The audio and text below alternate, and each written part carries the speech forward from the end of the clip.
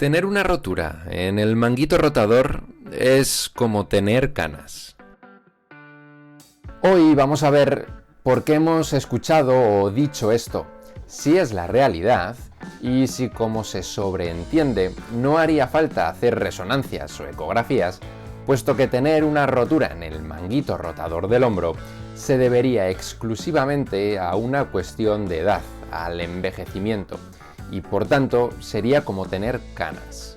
Para ello, vamos a ver qué dice la ciencia. Os dejo aquí abajo algunos artículos que hablan sobre este tema. Vamos con ello. Bien, en 2014, TUNIS hace una revisión sistemática sobre este tema. Es decir, que el tío se lee los artículos que hablan sobre ello, coge los de más calidad, que son unos 30, y los publica. ¿Y qué es lo primero que dice esta revisión sistemática? Pues que efectivamente es normal encontrar hallazgos patológicos en el manguito rotador en pacientes asintomáticos, es decir, que no tienen dolor ni limitación de la movilidad, que ni sienten ni padecen, y que lo podemos considerar parte del envejecimiento, y en opinión de TUNIS, sería como tener canas. Por tanto, sí estaría justificado utilizar esta frase. Ahora vamos a ver de dónde saca TUNIS estas conclusiones y, lo más importante, si esto anula el uso de las resonancias o las ecografías, puesto que asumiríamos que únicamente se debería a una cuestión de la edad, al envejecimiento. Bien, en 2013, Minagawa hace un estudio donde valora con un ecógrafo a 664 personas en un pueblo de Japón, y llega a la conclusión de que más del 22% de la población general tiene rotura en el manguito rotador, lo cual se acerca mucho a un estudio que hizo en 2010 otro japonés, Yamamoto.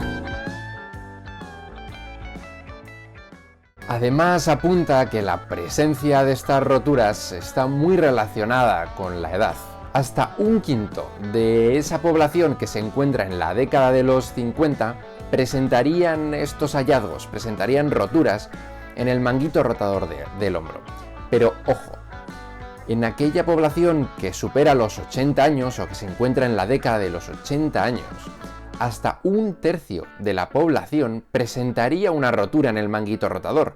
Es decir, que uno de cada tres o una de cada tres personas presentarían una rotura en el manguito rotador de hombro si tienen más de 80 años. Ahora vamos con lo más interesante. ¿Tienen dolor todas estas personas? La respuesta es que no, no todas tienen dolor. La prevalencia de roturas que no provocan dolor, es decir, que son asintomáticas, va también estrechamente relacionada con la edad. Escucha lo que dice Minagawa. La mitad de los pacientes que se encuentran en la década de los 50 no presentan dolor, es decir, presentan la rotura en el manguito rotador, pero no tienen ningún dolor ni limitación del movimiento. Pero ojo, Minagawa dice que a partir de los 60 años, hasta dos tercios son totalmente asintomáticos, es decir, que ni sienten ni padecen, que no irían nunca al fisioterapeuta o al médico porque no les duele el hombro. Otro estudio muy interesante es el de Russell, que aunque pueda parecer japonés también por el apellido, es americano. Y dice que la integridad estructural del manguito rotador después de una operación, es decir, cómo se encuentran esos tendones, si se encuentran intactos o no está relacionado con el dolor y la función de hombro. Sin embargo, Russell asegura que en estos pacientes en los que sí que se mantenía el tendón intacto, presentaban más fuerza. ¿Dónde nos deja esto?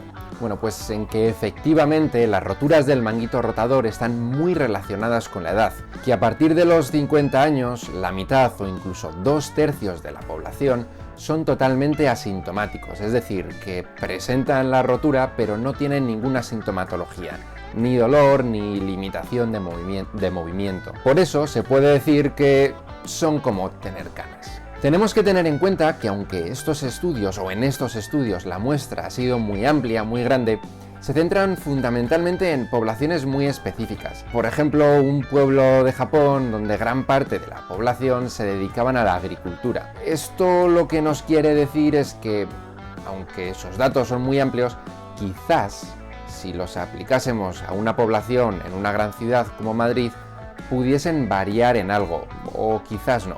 Habría que investigarlo. Ahora bien, podemos decir que las pruebas diagnósticas de imagen, como una ecografía o una resonancia, no nos sirvan para nada en estos casos porque se deban única y exclusivamente a la edad. No, y hay que tener cuidado con esto. Estos estudios lo que nos quieren decir es que las roturas del manguito rotador no es que se deban exclusivamente a la edad, sino que están ampliamente relacionadas con la edad, que tener una rotura no siempre tiene que significar tener dolor, y que por tanto, teniendo dolor, no podríamos afirmar categóricamente que el origen del dolor es la rotura en el manguito rotador, puesto que hemos visto que muchos sujetos no provocan ningún dolor y tienen esa rotura en el manguito rotador. Por tanto, lo que quieren decir estos estudios es que no podemos basarnos únicamente en las pruebas de imagen como resonancias o ecografías. Y lo repito, que no podemos basarnos únicamente en estas pruebas, sino que hay una parte mucho más importante, como es la historia del dolor o la exploración física. Pero en algunos casos sí que es cierto que estas pruebas diagnósticas van a ser de gran ayuda y van a poder afirmar nuestra hipótesis. Es decir, que ni tanto ni tan calvo. Y este es el punto más interesante. Por tanto, ¿cuándo estaría recomendado hacer una ecografía o una resonancia? ¿O en qué casos el fisioterapeuta tendría que derivar al paciente al especialista para que le hiciesen estas pruebas? La más importante es cuando sospechásemos de una patología mucho más seria, por ejemplo un tumor. La segunda sería cuando ha habido un traumatismo. En el hombro es muy importante diferenciar entre el hombro traumático y el hombro no traumático, es decir, que no ha habido un traumatismo previo, por lo menos a día de hoy.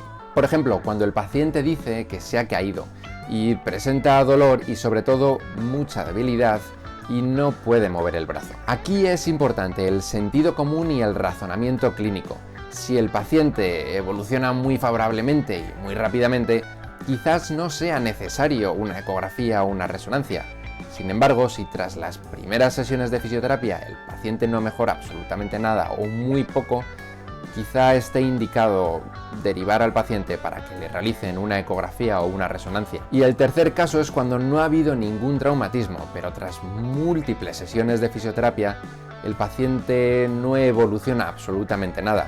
En estos casos es más que recomendable derivar al paciente para una segunda opinión. Estos serían los casos indicados para derivar al paciente para que le realicen una ecografía o una resonancia. En otras patologías como el hombro congelado o la articulación acromioclavicular o tener el síndrome de Parsonage-Turner, también podría estar indicado este tipo de pruebas, pero eso lo veremos en próximos vídeos. Bien chicos, ya nos ha quedado claro que las roturas en el manguito rotador son bastante comunes, que están ampliamente relacionadas con la edad, y que no podemos basarnos únicamente en las pruebas de imagen para saber si el origen del dolor viene o no de la rotura en el manguito rotador. Y también en qué casos específicos sí que estaría indicado realizar este tipo de pruebas diagnósticas de imagen. Por lo menos eso es lo que sabemos a día de hoy, pero esto podría variar en los próximos años con las futuras investigaciones. Muchas gracias por ver el vídeo. Si te ha gustado, no dudes en suscribirte y darle a me gusta, y nos vemos pronto.